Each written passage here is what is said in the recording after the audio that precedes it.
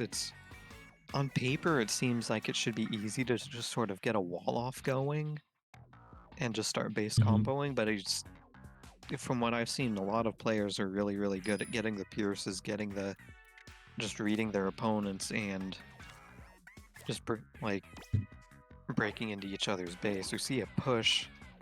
Both players drop 17 cards going toward the lower right side, and here comes a wall off from Maxim.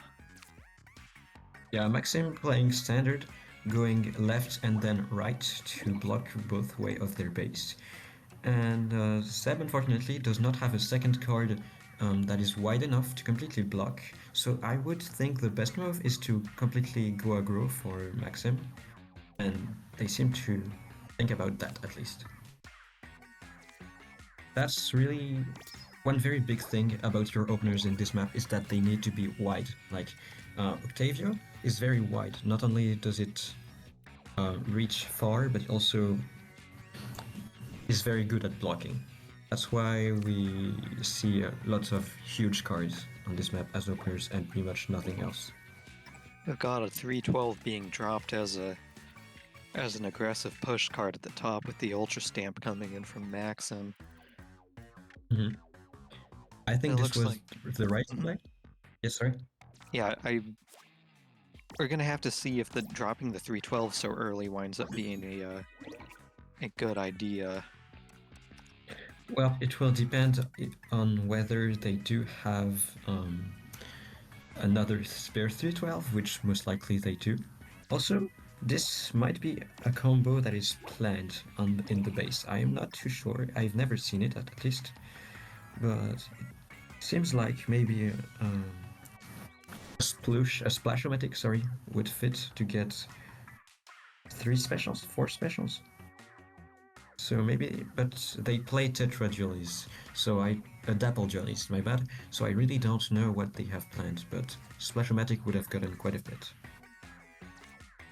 I'm seeing a 10 attack play coming out from Maxim here soon. Of course. 10 attack, just very good with Reflux, my bad, and with many other cards. It's one of many people have it as one of their main combo pieces. I don't really understand this Tetra Julies play. The thing with Tetra Julies is they are good. Like, why would you play Tetra Julies? It's simply for, from what I've seen when I talked with other players, for Kohotuna in this deck. But I don't really understand, because they did not set up for the combo with Kohotuna, so. No, but they have the base combo between a Koho and Ouroboros going, though, and they've got what looked like a Tent Attack combo going up at the top there, but they're playing that in the base instead. So, yes, this may be interesting choice of using Tetras, Dapples, my bad, seems to be paying off, or rather, it's the opening that paid off, and they managed to make the rest of the game work for them. Plus 5 points, plus 3 specials, it's no contest. Maxim takes game 1. Yippers. And okay, interesting, they did have the double 3/12, but their second 3/12 was splattered goal screen, which allowed them to take a perfect. I love that score. I love that final score there. It was 96-69. A palindromic score. Not every day you see that. Nope. And especially not with the funny number involved. Overall, Maxim. This goes without saying. Maxim was just out of command. It just basically dominated that whole first game. The aggressive, like you said earlier in the game, the aggressive play was the right move. And Zeb bricked like 3 or 4 turns there overall, because he just didn't have any space to play. Yeah, it would have been interesting to take a look at Zeb's deck. I would think that it's a bit too small, but since they bricked on early with that Splat Charger turn 2, it's hard to say what their deck exactly is made of. Alright. Once again, on Maxim's side, we see something that looks like a bit of a smaller deck. What do you think? Compared to what we are used to seeing. Honestly, I'm not entirely sure how to analyze deck sizes. I just know that it looks like both players are going aggro right now, and I don't think Maxim's going to get the successful wall off that got in the first game. Well, that's the issue of opening with such a small card. They did not manage in their first two draws to get any big cards, and I'm not managing to get a good look at their deck, but it seems like, in terms of, wow, can't believe that Still Ill was played. There's a Pierce, and...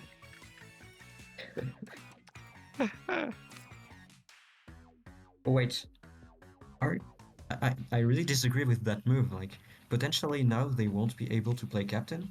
I'm not sure. Okay. As a caster ate like half of it, but he's still... Zeb's up by 7 points, but his base is... Oh, that card's just a little bit too big.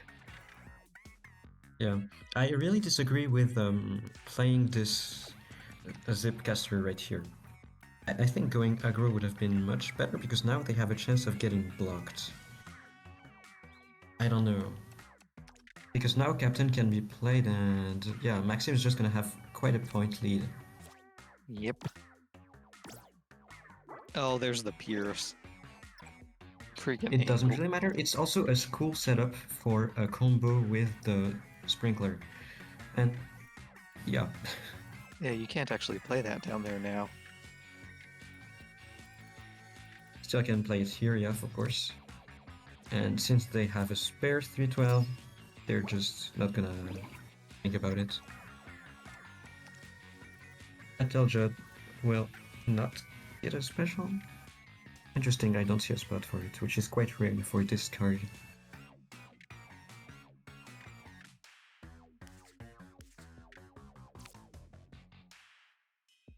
Oh, wait, oh no, okay, no. Sorry, I thought they ruined their combo with the Sprinkler, but no, it still works that way. So, wow.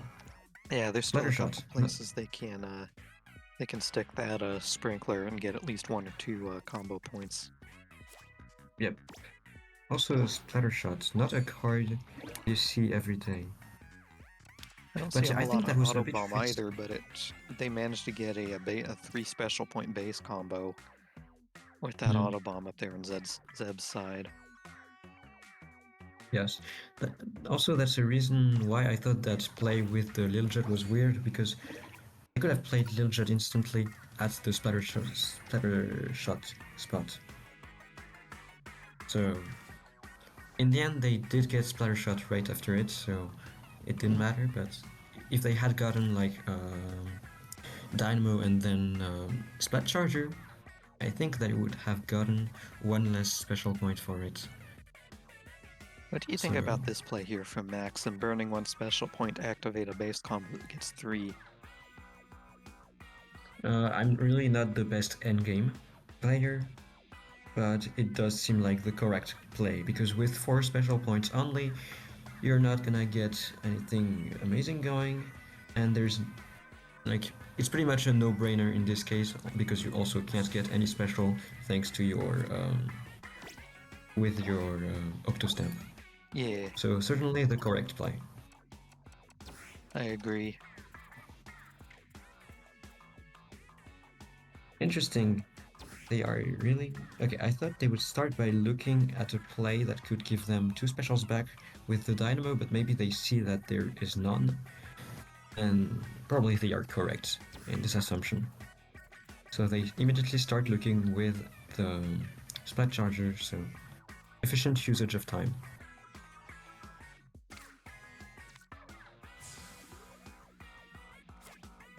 And that's a path, so yeah, this is probably pretty much not gonna be no contest for last turn.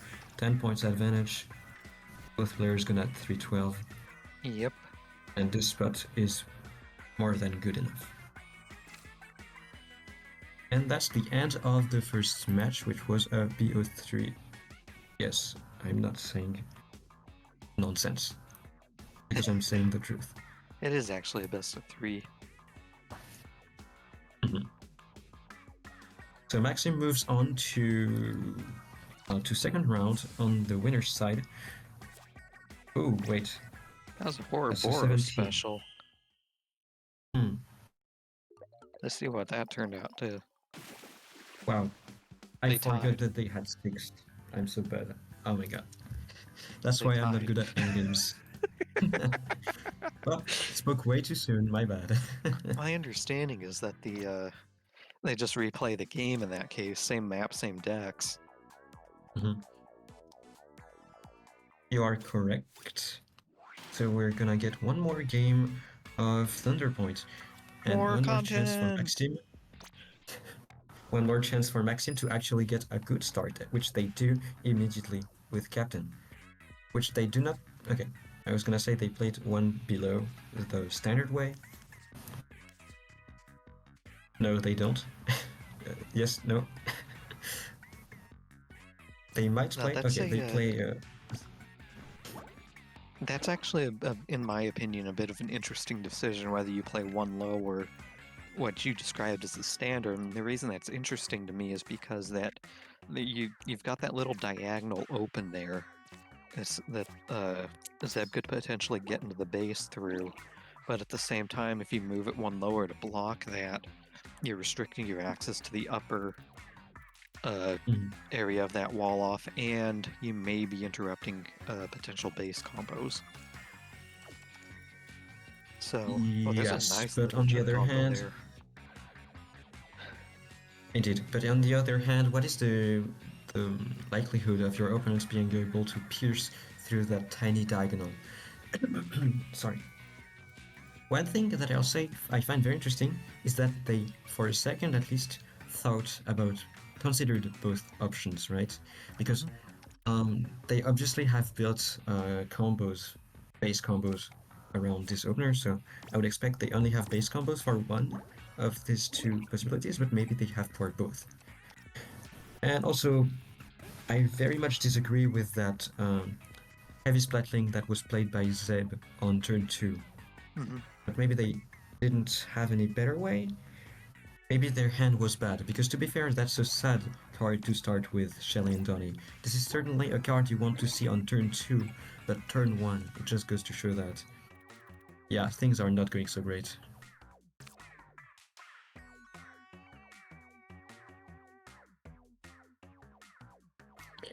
And for the second game in a row, we are likely going to see Zeb being way worse out of the opening. I mean, not really in a row since there was the draw in the middle. But... Alright. Now they are threatening to pierce through with a diagonal card. Yep. And Maxim, fearless, just doesn't even consider playing defensive. Just they know they're gonna have a lead eventually. Ooh. That was a good overwrite with the auto bomb.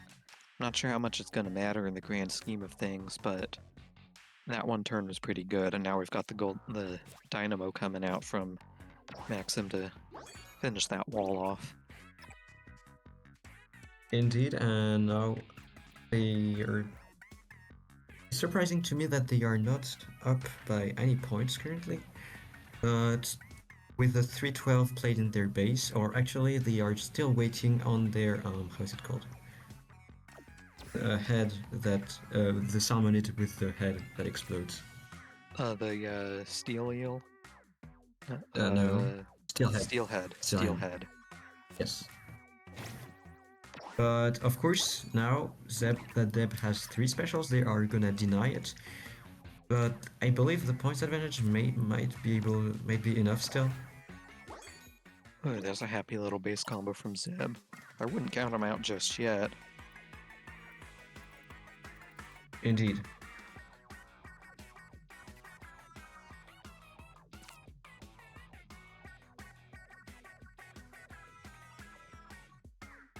And they are also up one full special currently.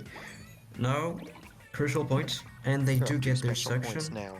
but it's one too late. It's one turn too late to use it. They are gonna have to... I mean, it's unlikely that they can come back from such a deficit. They didn't have cards to combo. To improvise combos on the fly, and yeah, this map is aggressive. You tend to set up your combos at places. Sorry? It's an extremely aggressive map. And now there's a And now the perfect overlap on the Zipcaster. This is why you don't play with 312s that early. I mean, it's not gonna matter. They are already down 7 points. But wait, I might be wrong because Zeb does not have the greatest positioning for a special.